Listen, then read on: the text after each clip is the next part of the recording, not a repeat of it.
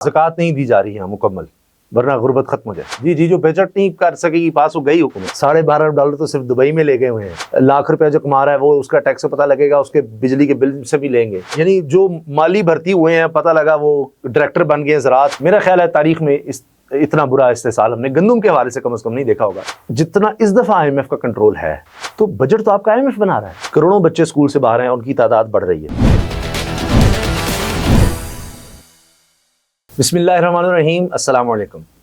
आज हमारे साथ हैं इब्राहिम मुग़ल साहब, मशहूर मारूफ समाजी शख्सियत हैं, तज्ज़ियाकार हैं, और ये वो शख्सियत हैं जो लोगों के दिल की बात करते हैं। लोगों की नब्ज़ पर इनका हाथ होता है और इसीलिए ज़िंदगी में बहुत सी मुश्किलात का इनको सामना रहता है, क्योंकि वो बात जो दिल में है वो ये कह देते हैं और हमेशा आम आदमी के साथ, आम पाकिस्तानी के साथ खड़े नज़र आते हैं। उसके मसाइल की हमेशा बात करते हैं, जो हमारे यहाँ कोई आसान काम नहीं है। अस्सलाम वालेकुम सर। वालेकुम अस्सलाम। आप कैसे हैं जी? अल्लाह का शुक्र है। इब्राहिम साहब, बड़े अरसे के बाद मुलाकात हो रही है और अभी इससे पहले बहुत सी गपशप हो गई। ये सारे वक्त में कई साल के बाद क्या क्या होता रहा, कहाँ कहाँ रहे। पहले तो बताइए, जो नया प्लेटफॉर्म आपने शुरू किया है JD न्यूज़ से, क्यों किया? यही असल में मैं JD जो है चैनल जो है शुरू किया है, जिना का पाकिस्तान, हम सब का पाकिस्तान। ये नारा तो मेरी उम्र 70 साल होने वाली है सुन रहा था। 70 नहीं तो चलो 50 साल से तो सुन रहा था, लेकिन अमली तौर पर उसमें कमी महसूस करता था। अमली तौर पर कहते कुछ थे, करते कुछ थे। और ख़ुसूसन मीडिया में मेरा बड़ा बिलीव है, क्योंकि दुनिया तो शुरू ही ऐसे हुई है, इकरा बेस्म रब्बिक अल्लाज़ी। सुभान अल्लाह। जब बात ही कम्युनिकेशन की है, जब कम्युनिकेशन में वो जो चीज़ आई जो हम जिसे कुरान पाक कहते हैं, तो वो उस ज़बान में आया है, महबूब तेरी ज़बान में हमने दे दिया ताकि तुम्हें समझने में आसानी हो, समझाने में आसानी हो। जब मामला करने वाला देख रहा है कि कम्युनिकेशन इतनी प्रॉम्प्ट और इतनी अच्छी होनी चाहिए, तो मुझे उसमें लोग रोड़े अटकाने वाले बहुत अटकाते थे। और चैनल जो टेलीविज़न के थे वो चूँकि सेठों के हैं, अल्लाह उन्हें और दौलत दे, लेकिन साथ उन्हें दीन की नेमत भी दे और अपने जो मामलात हैं उनको मेरिट पे तय करने की अल्लाह तौफीक भी दे। तो मैंने सोचा कि वो भी मामला को इतना चलने वाला नहीं है। करा के प्रोग्राम आ जाता था, जो डायरेक्ट हो जाता था वहाँ कैमरा वाले बैन कर देते थे, जी 3 महीने आप टेलीविजन में नहीं आ सकते, या इस चैनल को 10 लाख रुपया जुर्माना कर दो। तो अगर वो नहीं तो जो रिकॉर्डिंग होती थी एडिट करके उसका सत्यानाश कर देते थे। मैं खुदा ना खास्ता ना किसी को गाली निकालता हूँ, ना किसी से कोई माली तावन की अपील करता हूँ, ना किसी से ये कहता हूँ मेरे और आपने, मैं आपको भी जानता हूँ, मुझे भी आप पता है इस मामले का। ये जो अमर बिल मारूफ और नहीं अनिल मुनकर का मामला है ना, उसके लिए आपकी ज़बान चलती हो और आपके पास मीडिया हो, तो फिर इकरा बिस्म रब्बिक अल्लाज़ी को आप अच्छे तरीके से अमर बिल मारूफ व नहीं अनिल मुनकर कर सकेंगे। ये बनाया है अमर बिल मारूफ व नहीं अनिल मुनकर के लिए।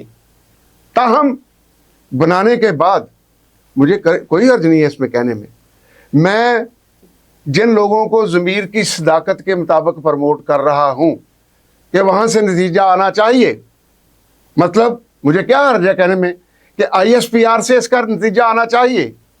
ऐसे अदारे अगर ऐसे लोगों को, मेरे जैसों को, आप जैसों को लिल्लाह प्रमोट नहीं करते, मैं शौरी तौर पर कह रहा हूँ, तो ये पाकिस्तान के साथ ज़्यादती है। सिर्फ पाकिस्तान के साथ नहीं, ये इंसान के साथ ज़्यादती है। सबसे पहले इंसान है, फिर पाकिस्तान है और उसके साथ साथ मुसलमान है। लिहाजा मैंने सोचा, और अब मैं उन अदारों की तरफ देख रहा हूँ कि मैं देखता हूँ कि अगर ये दाएं हाथ वाले इतनी तेज़ी से आ रहे हैं और वो चीज़ पर प्रमोट करना चाहते हैं, मैंने तो कह दिया जिना का पाकिस्तान, हम सब का पाकिस्तान। आओ ना बात करें खोल के। अब इसमें झिझकने वाली बात कौन सी है, बताओ। अच्छा, आपने सेठों की बात की, कल्चर की बात की, बिल्कुल उनका बिजनेस है। हाँ, आपने देखा कि इश्तिहार नहीं मिलेंगे, पैसा नहीं आएगा, उन्होंने बिजनेस के लिए किया। कोई भी यहाँ पर इस काम के लिए नहीं आया जिस सोच की आप बात करें। तो इसको चलाएंगे कैसे आप? हाँ, बड़ा अच्छा सवाल है। हजरत अबू बकर सिद्दीक 2-3 साल का दौर है ना उनका, तशरीफ लाए, जिम्मेदारी दे दी गई, तो पहले ही दिन जाने लगे थे दुकान खोलने के लिए, कपड़े का काम करते थे। लोगों ने कहा हुजूर ये क्या कर रहे हैं? उन्होंने कहा दुकान पर जा रहा हूँ। उन्होंने कहा सारे जमाने का गाहक थे आपके पास चल जाएगा, आप खलीफा है। अल्लाह, सारे जमाने का गाहक आपके पास चल जाएगा, आप तो खलीफा है। उन्होंने कहा बात तो कब पते की है, बंद कर दो। दिहाड़ी क्या दे रहे हो मजदूर को, ये तो फिर मैं उतनी दिहाड़ी दूंगा जी। कहते हैं मैं उतनी दिहाड़ी दूंगा। उन्होंने कहा जी कि अगर इसमें गुजारा नहीं होगा तो मैं सबकी दिहाड़ी बढ़ा दूंगा। ये जो चैनल है ना, ये उन लोगों के लिए बनाया है जिनके साथ 70 साल से इस रियासत में ज्यादती हो रही है। खुदा की कसम मेरे को ऐसे इल्जाम नहीं है। और मैं क्यों ISPR को वालाना कहा है कि अब भी वक्त आ गया है कि उन लोगों के दस्तों बाजू बन जाओ जो इस मुल्क के साथ अच्छे हैं। आपने कहा ये सेठ हैं और ये करते हैं वो करते हैं, मैंने आपको खलीफा वक्त का मामला बता दिया। दूसरा, अगर ये ज़कात वाला मामला है, ये क्यों बनाया? अगर आज उस पर 100% अमल हो जाए, मैं आपको बताऊं कितने खरबों का इस मुल्क में सोना पड़ा है, कितने खरब सेविंग सेंटर्स में पड़े हैं, कितने खरब बैंकों के पास पड़े हैं, कितने खरब स्टॉक एक्सचेंज में पड़े हैं। ये चार को इकट्ठा करें तो कई लाख हजार अरब रुपए बनेंगे। और उस पर 2.5% ज़कात करने इकट्ठी। पाकिस्तान में तो गरीब एक भी नहीं रहता, पाकिस्तान में तो गरीब एक भी नहीं रहता। ज़कात नहीं दी जा रही है मुकम्मल, वरना गुर्बत खत्म हो जाए। तो मुसलमान कैसे हैं? मुसलमान कहते हैं जहां जहां अल्लाह ने कहा ईमान ले आओ, या अय्युहल्लज़ीना आमनू, ईमान ले आओ। मैं मुद्दक्किर मुल्ला की बात नहीं करता, मैं मुल्ला को पसंद नहीं करता, मैं उस बंदे आईने नौ से डरना, तर्जे कोहन पैड़ना, मंजिल यही कठिन है कौमों की जिंदगी में। आज कौम की जिंदगी में एक कठिन चीज आई हुई है। आप अफराद से घबरा रहे हैं, आप फर्द से घबरा रहे हैं, बालादार हो जाए इससे। मैंने कल ये शाह साहब जो है हमारे, हमने मुतालबा किया 14 मई को, उससे पहले भी किया मशावरत के बाद, कि इन्हें फील्ड मार्शल बना दे। हाफिज़ कुरान है, नमाज से दिन का आगाज करते हैं, बाप के खून में दीन आ रहा है, बाकी जो बाकी जर्नैल है उनके दीन में भी। मुझे ये चीज़ बड़ी अच्छी लगी। हमने मुतालबा किया जी इन्हें फील्ड मार्शल बना दिया जाए।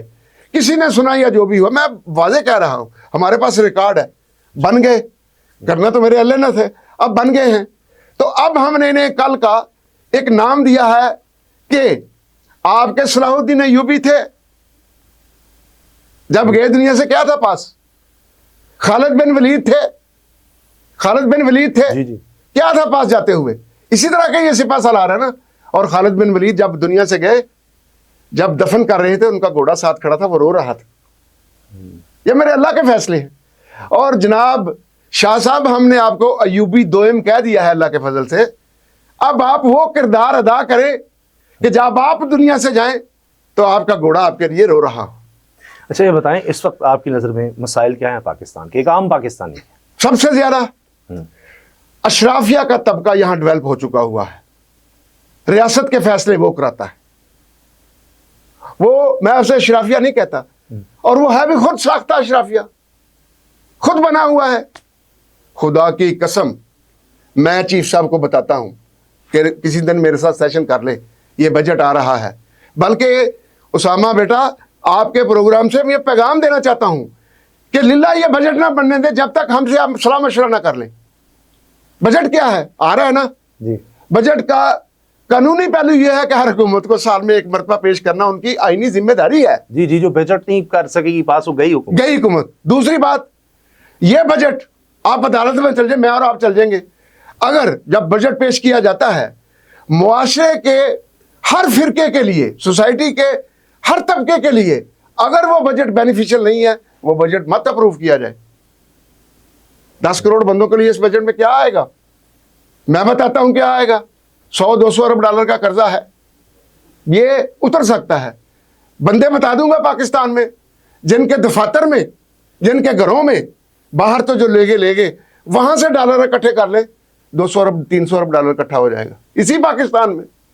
साहब, 12.5 अरब डॉलर तो सिर्फ दुबई में ले गए हुए हैं। वो उसका कोई पूछ नहीं सकता, कोई बात नहीं कर सकता यहाँ पर। और किसी ने अच्छा कहा कि ये हाल है कि 40,000 वाला जो है उसकी सिम ब्लॉक कर दी जाएगी, लाख रुपया जो कमा रहा है वो उसका टैक्स पता लगेगा, उसके बिजली के बिल से भी लेंगे। लेकिन जो 12.5 अरब डॉलर बाहर लगे हैं उनसे कोई पूछ नहीं सकता। देखें, तो आप कह रहे हैं यहाँ पर भी मौजूद है। देखें, हर बंदे से, मैं अगर किसी किक्कर के दरख्त के नीचे बैठूंगा तो मुझे छांव नहीं मिलेगी, मैं बड़ का दरख्त, बोर्ड जिसे कहते हैं बैनियन, उसके नीचे बैठूंगा तो मुझे साया मिलेगा, ठंडा साया मिलेगा।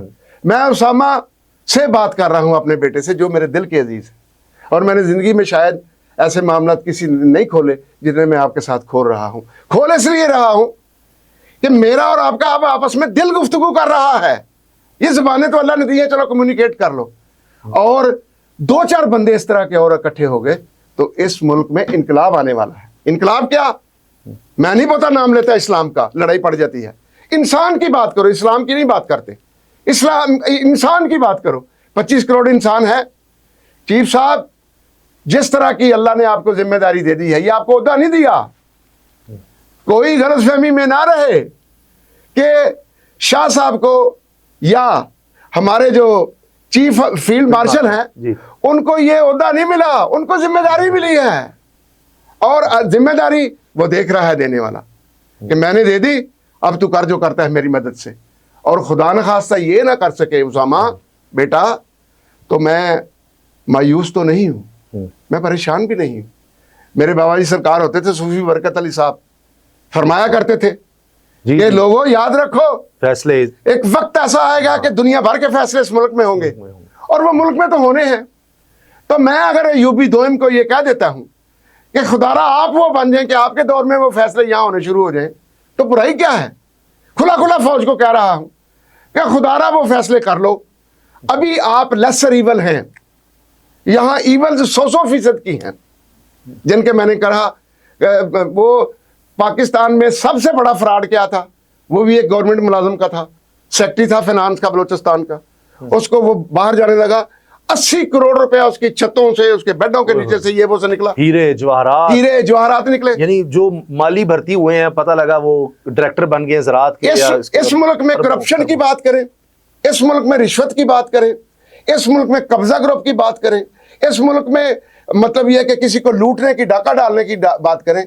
ये जो 25-30 लाख या 40 लाख गवर्नमेंट मुलाजमीन है ना, खुदा की कसम खुरा इनके घरों में ही जाएगा। वो तो रो रहे हैं हमारी तनख्वाह, खुदा की कसम, खुदा की कसम खुरा इनके घरों। और मैं मिसाल क्या देता हूं, मैं आपको बंदा देता हूं, वो कहता है 20 लाख रुपया मुझसे ले लो, मुझे असिस्टेंट डायरेक्टर एलडी लगा दो।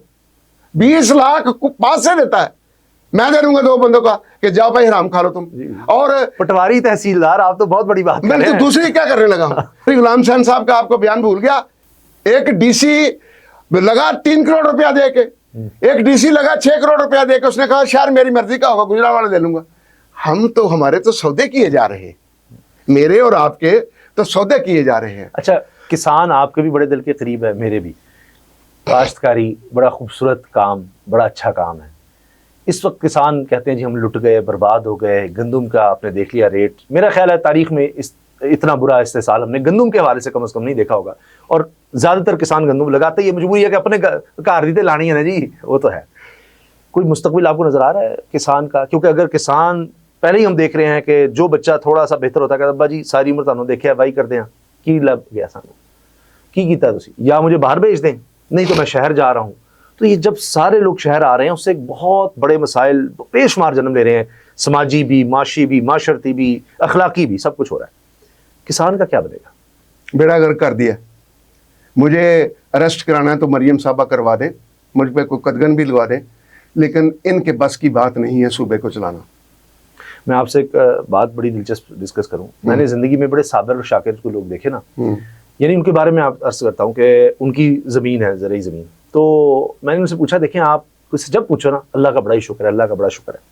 मैंने कहा बड़ी अच्छी बात है, हर शख्स को यही होना चाहिए, हर हाल में अल्लाह का शुक्र अदा किया जाए, क्योंकि अल्लाह का वादा है शुक्र करो मैं और दूंगा। लेकिन ना मेरा आपसे चूंकि ताल्लुक है, मेरे आप बहुत अजीज हैं, मुझे इन्फॉर्मेशन भी चाहिए होती है। जब आप हर दफ़ा अल्लाह का शुक्र कर देंगे, मुझे पता ही नहीं कि इस सीज़न में क्या बना क्या नहीं बना, मैंने कहीं बात करनी होती है, किसान परेशान है, वो कहते नहीं अल्लाह का शुक्र है। उनकी आदत, ज़िंदगी में पहली दफ़ा चंद दिन पहले की बात है, मुलाकात हुई, कहते इन्ना दे होंगे नहीं साडा कुछ होना नहीं हो सकता। पहली दफा मैंने जिंदगी में सुना। नहीं आप करें उसामा बेटा, देखें इंडिया को यहाँ गंदम पैदा होती है 2 करोड़ 30 लाख टन, 2 करोड़ 40 लाख टन, जो हमारी जरूरत है, या मतलब इसके करीब करीब।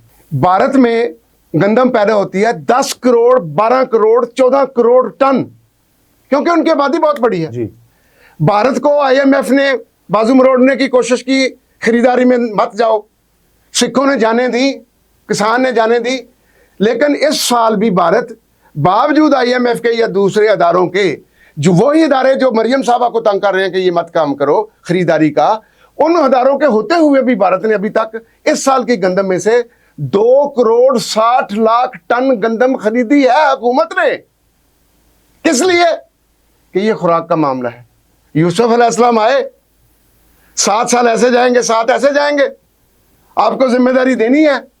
उन्होंने कहा अगर जरूरी देनी है तुझे मुआश की और साथ ही ज़राअत की दे दें। तो जब ये 7-7 वाली बात आई तो वहां भी बात इस गेहूं की हुई कि नदानों कुछ जितनी ज़रूरत है गंदम निकाल लो, बाकी को उसके रहने दो, सिटों में ऊपर की तरफ खड़ा कर दो, जितनी ज़रूरत हो ले लिया करो। ये गंदम अल्लाह ने क्या किया, अगर मैं या कोई बंदा स्टॉक करता है, दूसरे तीसरे दिन इससे सुसरी लगती है, टोरा लगता है, कीड़ा लगता है, बर्बाद हो जाती है। वरना जिस सेठ की आप बात कर रहे हैं, या मरियम साहबा के परवरदा या उनके मंजूर नज़र, खुदा की कसम वो तो गंदम को इस तरह पकड़ के कंट्रोल कर ले कि अब देखे ना 55 रुपए किलो आटा लिया, गंदम ली 55 रुपए किलो, उसका आटा 90 रुपए किलो मिल रहा है। मरियम साहबा खामोश है, वो बाबू और वो अदारे खामोश हैं कि जनाब गंदम तो 100 रुपए किलो वाली 55 रुपए किलो आपने खरीद ली, बेड़ा गर्क जिनका करना था कर दिया। और जब किसान ये गंदम पैदा कर रहा था, DAP खाद की बोरी कंट्रोल 7,500 रुपए का था, बिक 14,000 में रही थी।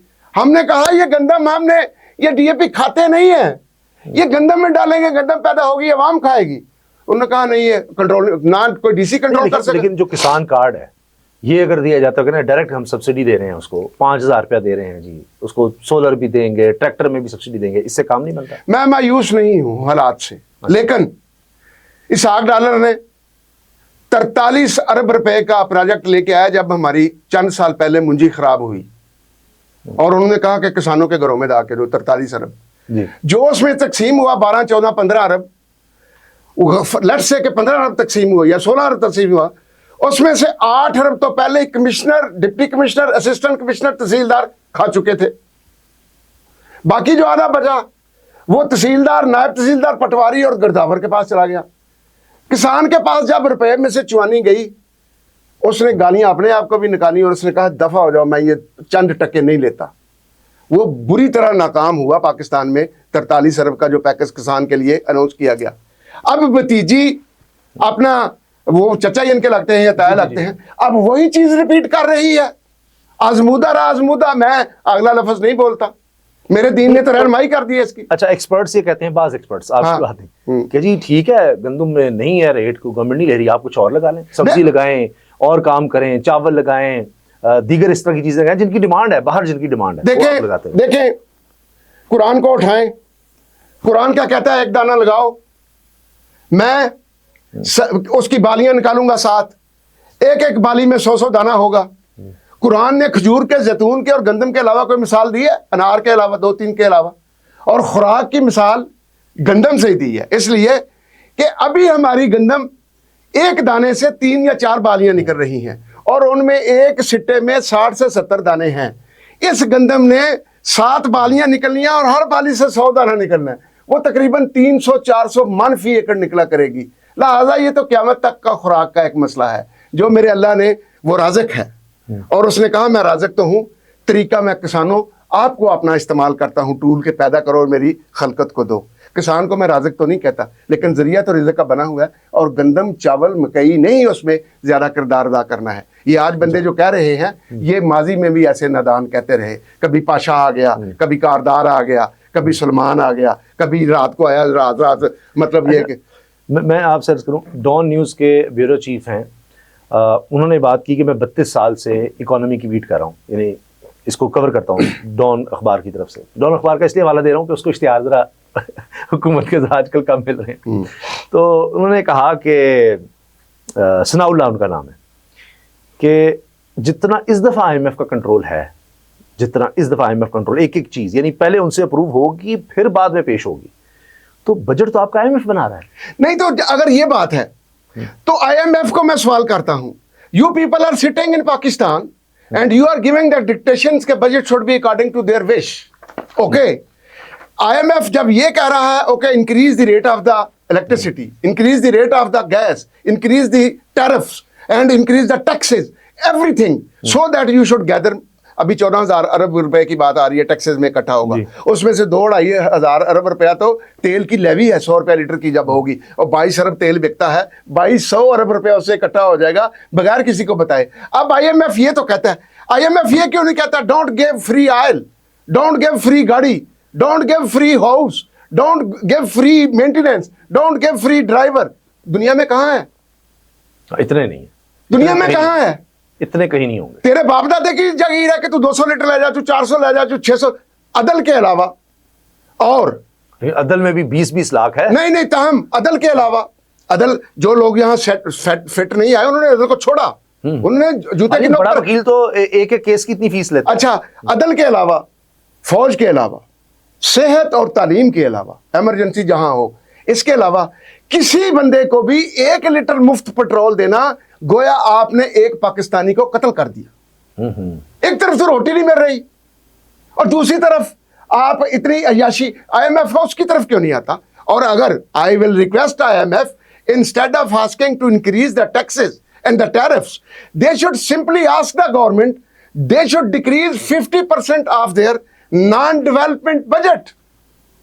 That is अय्याशी का बजट, उसको 50% कम कर दो। सिगटों पे 300 अरब रुपए का डाका डाल रहा है, टैक्स चोरी हो रहे हैं, उसको पकड़ लो।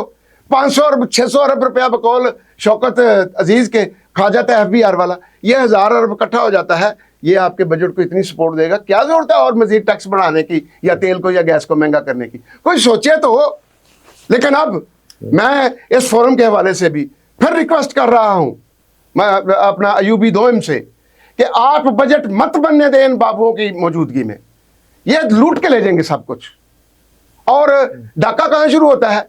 सबसे बड़ी गाड़ी इन्हें दे दो, उसके बाद हर महीने कुछ हुआ ये नहीं हुआ, मेंटेनेंस के हजारों लाखों रुपए जा रहे हैं, फिर तेल के चक्कर में। अभी तो मुझे याद आ गया FBR कोई अरबों रुपए की गाड़ियां था, FBR दी हैं और सिंध में भी दी हैं। अच्छा, मैं आपको बताऊं, मैं गवाह हूं इस चीज का, लिल्लाह, मेरा अल्लाह जान रहा है।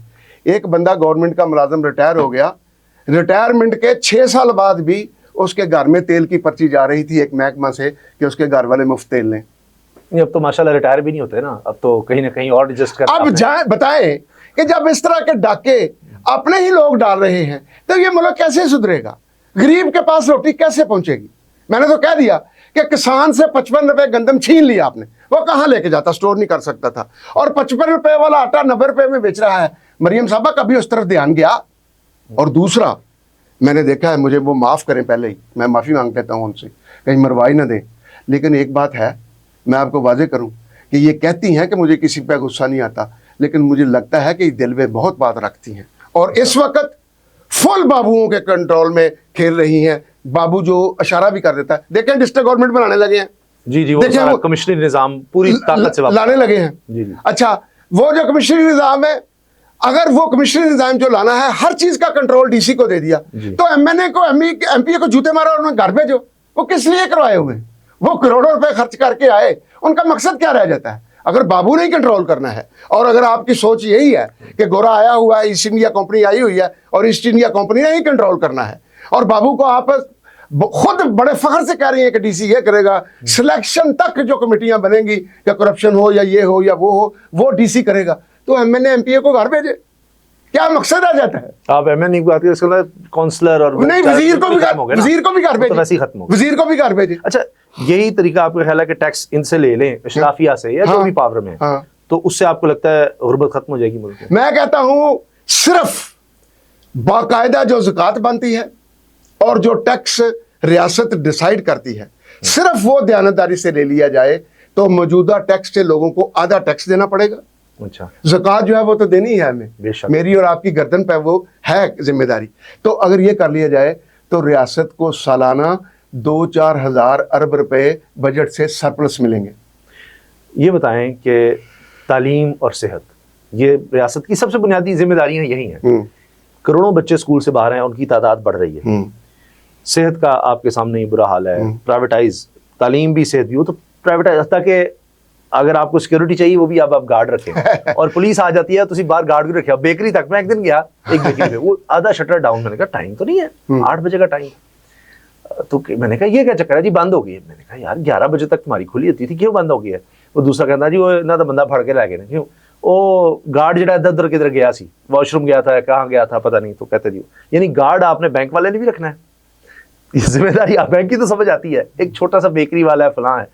सिक्योरिटी भी आपने अपनी करनी है, तालीम भी बच्चे की आपने अपनी करनी है, सेहत करनी है, तो फिर क्या बनेगा? मैं बताता हूं, इनकी सेहत और तालीम का बच्चे का किस जो बुनियादी उसकी चीज है कैसे दें? आप फहम रखने वाले इंसान हैं, आप जीरक हैं, अल्लाह ने आपको तौफीक दी है और आप किरदार अदा कर रहे हैं माशरे में, वही किरदार जो एक मुसलमान को अदा करना चाहिए, जो कि इंसान को अदा करना चाहिए। उसामा बेटा, ये क्रेडिट आपको जाता है, और अगर मैं ना कहूँ तो मैं बददियानत हूँ, मैं दयानत अदा कर दी।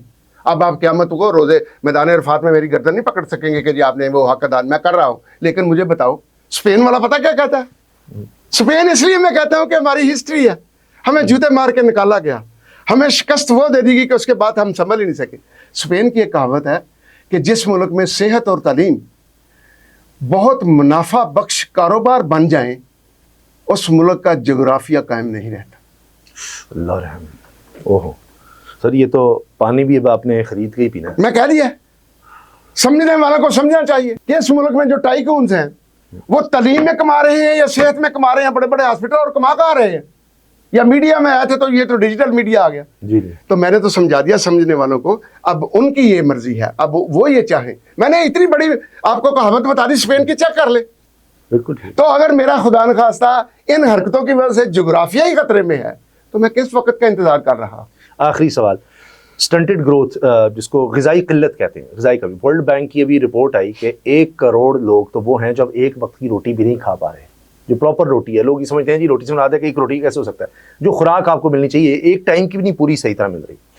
2 करोड़ वो है जो प्रॉपर खुराक नहीं ले पा रहा, 10 करोड़ है जो गुर्बत की लकीर से नीचे है, 50% बच्चे हमारे वो हैं जो स्टंटेड ग्रोथ ग़िज़ाई किल्लत का, ग़िज़ाई कमी का शिकार हैं। जितनी उनको दूध चाहिए, गोश्त भी आपको चलो कभी महीने में एक दफ़ा ही सही, कुछ दाल, कुछ एक बैलेंस डाइट चाहिए थी बच्चे को, वो नहीं मिल रही, और उससे उनकी दिमागी सेहत भी, जिस्मानी सेहत नुकसान हो रहा है, और वो नस्ल दर नस्ल पे चलता है। वो बच्चे कद भी छोटे होंगे, जहनी तौर पे भी होंगे।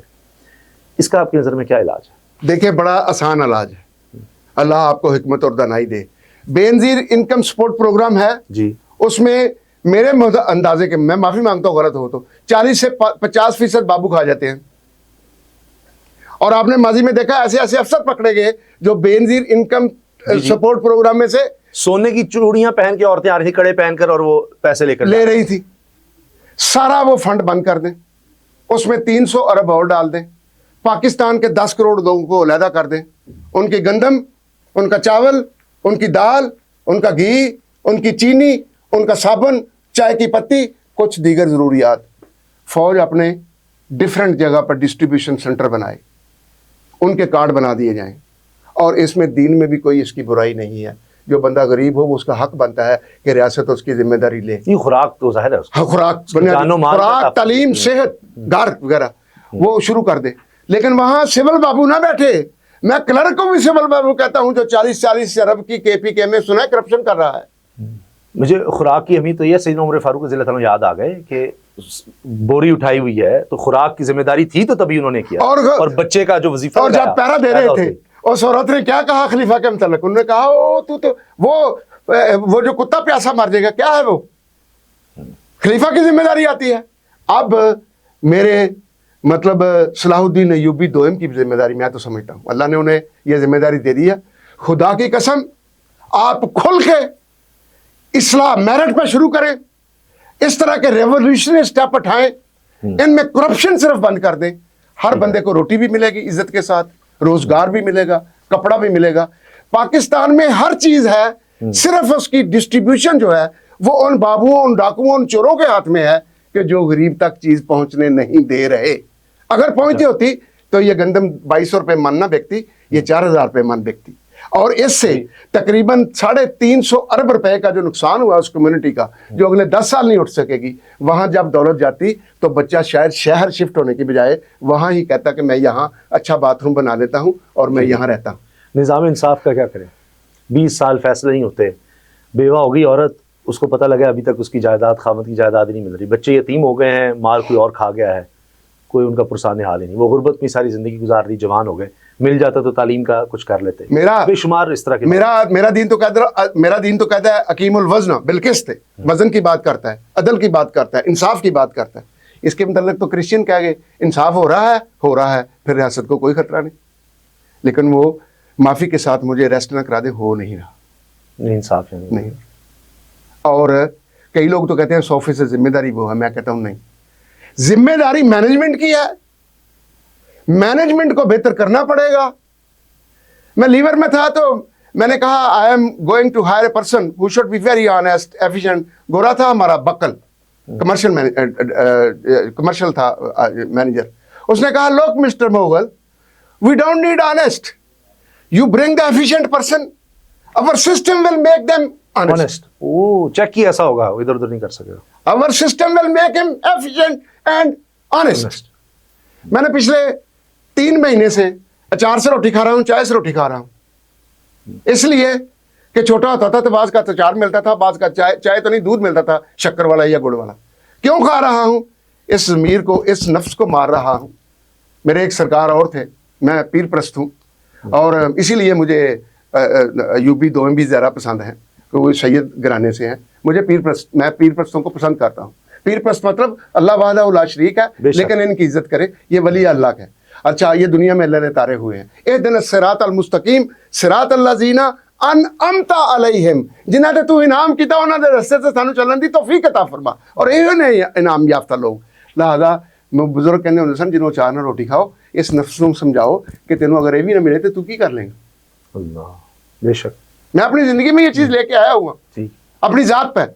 मेरी बीवी भी ये करती है फिर कि हाँ, हमें नफ्स को सजा तो इस तरह देनी है। ये नफ्स इसलिए नहीं बना, मेरा बाप साइकिल पर जाता था, मुझे आज अल्लाह ने गाड़ियां दे दी, तो मुझे साइकिल वालों का ख्याल तो करना होगा। चेंज आए कि मैं तेजी से गाड़ी निकाल के ले जाऊँ और उससे गालियां को किसी ने रास्ता नहीं दिया, ये नहीं किया, वो नहीं किया। माशरे में आज मैनेजमेंट की जरूरत है। लिल्ला इंसाफ भी आ जाएगा, मेरिट भी आ जाएगा, लोगों को रोजगार भी मिलेगा। 4 मेगा प्रोजेक्ट मैंने अपने इनको यूबी दोइम को रिक्वेस्ट की है कि 4 डैम शुरू कर दें। डॉलर उनके कहाँ से आने, मैंने उन्हें सिस्टम बता दिया, फिर बता दूंगा, सामने बैठ के मीटिंग में बता दूंगा। और 4 डैम शुरू करके इतनी इंडस्ट्री चलेगी, इतना रोजगार चलेगा कि आपसे पैसे संभाले नहीं जाएंगे। डॉलर कहाँ से आएंगे? मरियम साहब कह रही है जी मैं बुलेट ट्रेन चला दूंगी। और बीबी बुलेट ट्रेन तो अभी हमारे पास वक्त ही तो है और कुछ भी नहीं है, तो इतनी जल्दी पहुंच के हमने करना क्या है? वो 7 अरब डॉलर तुम हमें दो मोहतरमा, 7 अरब डॉलर हमें दो, और हम उससे हम बादशाह डैम बना ले। बादशाह डैम बनाए तो 4 साल में 7 अरब डॉलर हमारा पूरा हो जाएगा। और वो जो 7 अरब डॉलर अगर नहीं देती, बाहर में मुल्कों में रहने वाले मेरे भाई जो हैं, उनको मेरे यूबी दोइम चीफ साहब रिक्वेस्ट करें कि मैं गारंटी लेता हूं आप मेरे कहने पर 10 से 20 अरब डॉलर जल्दी जल्दी भेजें, अपनी ज़रूरियात को कम करके भेजें। हम उनका तहफ़्फ़ुज़ भी देंगे, हम उसके मेगा प्रोजेक्ट यहाँ शुरू करेंगे, और जो प्रोजेक्ट का मुनाफा आया करेगा, आपकी नस्लें जब तक चलेंगी उन्हें उससे मुनाफा मिलता रहेगा। इब्राहिम मुगल साहब, बहुत बहुत शुक्रिया। बड़ी नवाज़। और आपकी जो नीयत है, जो काविश है, अल्लाह ताला इसको आपको इसमें कामयाब करे। आपके आने का बहुत शुक्रिया। लेकिन मैं बहुत ज़्यादा, लोगों सुन लो, उसामा मेरा बेटा भी है, भाई भी है। मैंने इन्हें कहा हमारे इस प्रोग्राम में इसमें आया करो बार बार, कहते मैं मसरूफ़ हूँ, लेकिन मैं लोगों के सामने आपसे कह रहा हूँ कि यहाँ अगर आप महीने में 4 मरतबा, चलो 2 मरतबा नजर नहीं आते तो फिर ये बददियानती होगी। मैं अखलाकी जिम्मेदारी आप पर डाल रहा हूँ। चलो, मैं कोशिश करूँगा जी। बड़ी मेहरबानी, बहुत शुक्रिया, बड़ी नवाज़। अल्लाह हाफिज़।